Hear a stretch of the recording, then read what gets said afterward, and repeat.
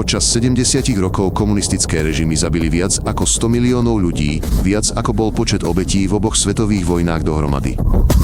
Len v Číne zomrelo od hladu 45 miliónov ľudí, 20 miliónov zomrelo v pracovných táboroch a približne 3 milióny bolo popravených.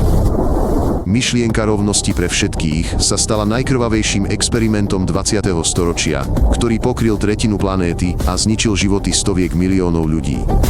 Pozrime sa, ako sa utópia spravodlivej spoločnosti stala strojom na masové vraždy a prečo sa tento systém nakoniec zrútil na celom svete. V roku 1848 napísal nemecký filozof Karl Marx krátku knihu, ktorá zrevolucionizovala ľudské dejiny. Komunistický manifest sľuboval robotníkom oslobodenie od vykorisťovania, zrušenie súkromného vlastníctva a vytvorenie spoločnosti, v ktorej by si boli všetci rovní a šťastní. Marx tvrdil, že kapitalizmus sa nevyhnutne zrúti a na jeho mieste vznikne robotnícky raj, kde by každý dostával podľa svojich potrieb. Táto myšlienka sa ukázala byť taká príťažlivá, že len o 70 rokov neskôr sa komunisti chopili moci v najväčšej krajine sveta a začali krvavý experiment. V roku 1917 bolševici na čele s Leninom zvrhli vládu a začali budovať komunizmus silou zbraní. V prvých mesiacoch po revolúcii popravili kráľovskú rodinu spolu s ich deťmi a služobníctvom v suteréne ich domu bez toho, aby sa konal súd. Nasledovala občianska vojna, v ktorej zomrelo na následky hladu, chorôb a vojenských akcií v bývalej ríši približne 10 miliónov ľudí. Červený teror sa stal oficiálnou politikou komunistov. V priebehu niekoľkých rokov bolo zo zoznamov popravených až 200 000 ľudí, často len preto, že patrili k nesprávnej triede.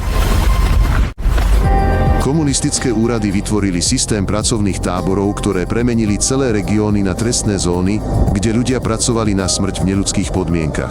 V táboroch Gulag bolo naraz ubytovaných až 2,5 milióna väzňov, ktorí stavali kanály a cesty a ťažili zlato v permafroste za polárnym kruhom. Ľudia tam boli posielaní za najmenší priestupok.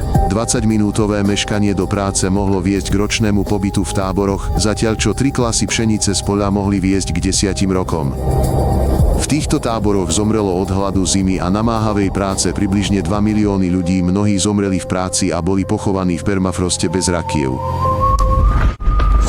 V roku 1958 sa čínsky vodca Mao Tse-tung rozhodol dobehnúť rozvinuté krajiny do 15 rokov a spustil program Veľký skok vpred. Roľníci boli nahnaní do komún, nútení taviť kov v provizorných peciach na svojich dvoroch a plniť nereálne kvóty úrody, ktoré vymysleli úradníci. Nasledovala katastrofa, roľníci opustili svoje polia, aby tavili nepoužiteľný kov, úroda zhnila a komunistický štát zhábal posledné obilie na export. 45 miliónov ľudí zomrelo od hladu do 3 rokov, najhorší hladomor v histórii, pretože ľudia jedli kôru stromov, trávu a dokonca aj vlastné mŕtve deti. V roku 1966 Mao vyzval mládež, aby zničila všetko staré a spustil kultúrnu revolúciu, ktorá premenila Čínu na úplný chaos. Školáci a študenti sa zjednotili do červených gárd a začali ničiť múzeá, páliť knihy a priamo na uliciach biť učiteľov a profesorov. Milióny ľudí boli poslané na prevýchovu na vidiek prostredníctvom práce, zatiaľ čo intelektuáli boli nútení čistiť toalety a priznať sa k vymysleným zločinom na verejných súdoch pred davmi. Počas 10 rokov kultúrnej revolúcie zomreli 2 až 3 milióny ľudí, bol zničený vzdelávací systém a zničené bolo rozsiahle kultúrne dedičstvo starobilej krajiny. V roku 1975 sa červení Kméri chopili moci v Kambodži a rozhodli sa vybudovať čistý komunizmus od základov.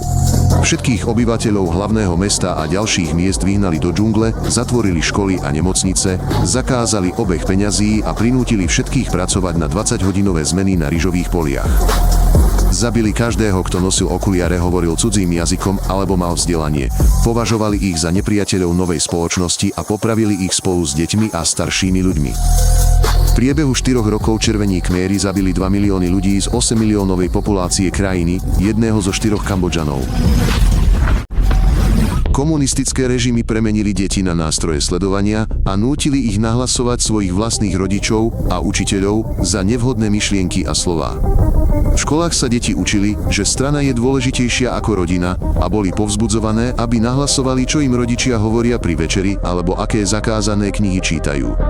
Úrady pestovali kult mladých hrdinov, ktorí zradili svojich rodičov a vystavovali ich ako vzory pre milióny školákov na slávnostných zhromaždeniach a v učebniciach. Tisíce rodín boli zničené takýmito udaniami. Rodičia sa báli povedať pravdu pred svojimi deťmi a deti vyrastali v nedôvere voči komukoľvek, dokonca ani voči svojim najbližším.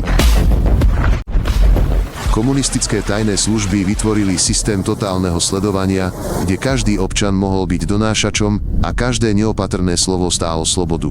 KGB viedla spisy o miliónoch ľudí, odpočúvala telefóny, čítala listy a do každej komunity, od tovární až po divadlá a univerzity, umiestňovala tajných agentov. Vo východnom Nemecku Stasi monitorovala každého 6. človeka. Na celých 16 miliónov obyvateľov krajiny mala 180 000 informátorov. Hranice komunistických krajín boli zapečatené osnatým drôtom, minovými polami a strážnymi vežami s guľometom, ktoré strieľali na vlastných občanov, ak sa pokúsili utiecť na západ. Po druhej svetovej vojne sa svet rozdelil na dva nepriateľské tábory, komunistický východ a kapitalistický západ, ktoré sa ocitli v patovej situácii na pokraji jadrovej vojny. Obe strany nahromadili dostatok jadrových zbraní na to, aby niekoľkonásobne zničili celú planétu a svet sa 40 rokov zdržiaval na pokraji totálnej apokalypsy. Studená vojna prerástla do zbesilých pretekov v zbrojení, vesmírnych pretekov a desiatok krvavých konfliktov v Kórei, Vietname a Afganistane, kde zomreli milióny ľudí. Komunistické krajiny míňali obrovské sumy na tanky a rakety namiesto toho, aby nakrmili svojich ľudí, a to sa stalo jedným z hlavných dôvodov kolapsu systému. V roku 1961 komunistické úrady postavili betónový múr priamo cez stred Berlína, aby zabránili svojim občanom v úteku na slobodný západ. Múr rozdelil mesto na dve časti. Na západnej strane žili ľudia v prosperite a slobode, zatiaľ čo na východnej strane stáli v radoch a báli sa povedať čo i len slovo.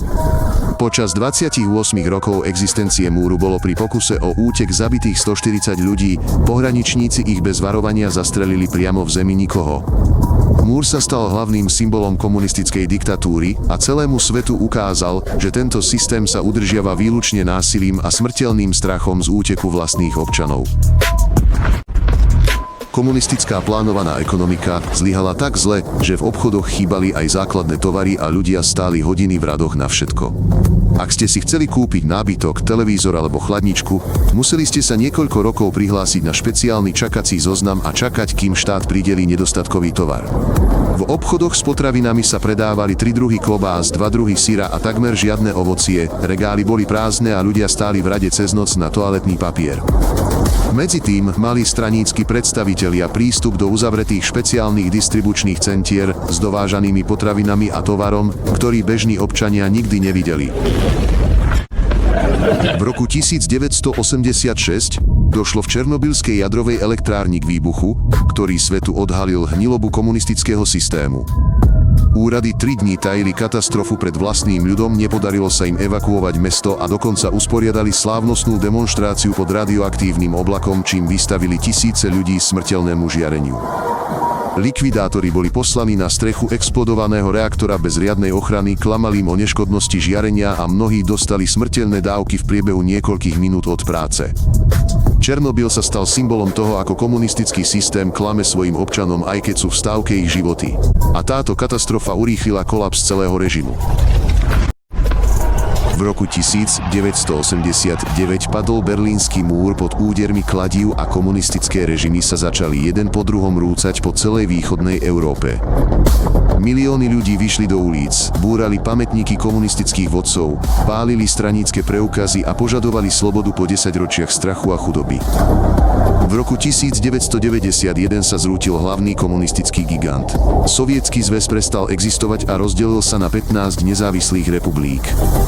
Komunistický systém trval 74 rokov a zrútil sa nie kvôli vonkajšej vojne, ale kvôli vlastnej neefektívnosti, korupcii a neschopnosti zabezpečiť svojim ľuďom normálny život.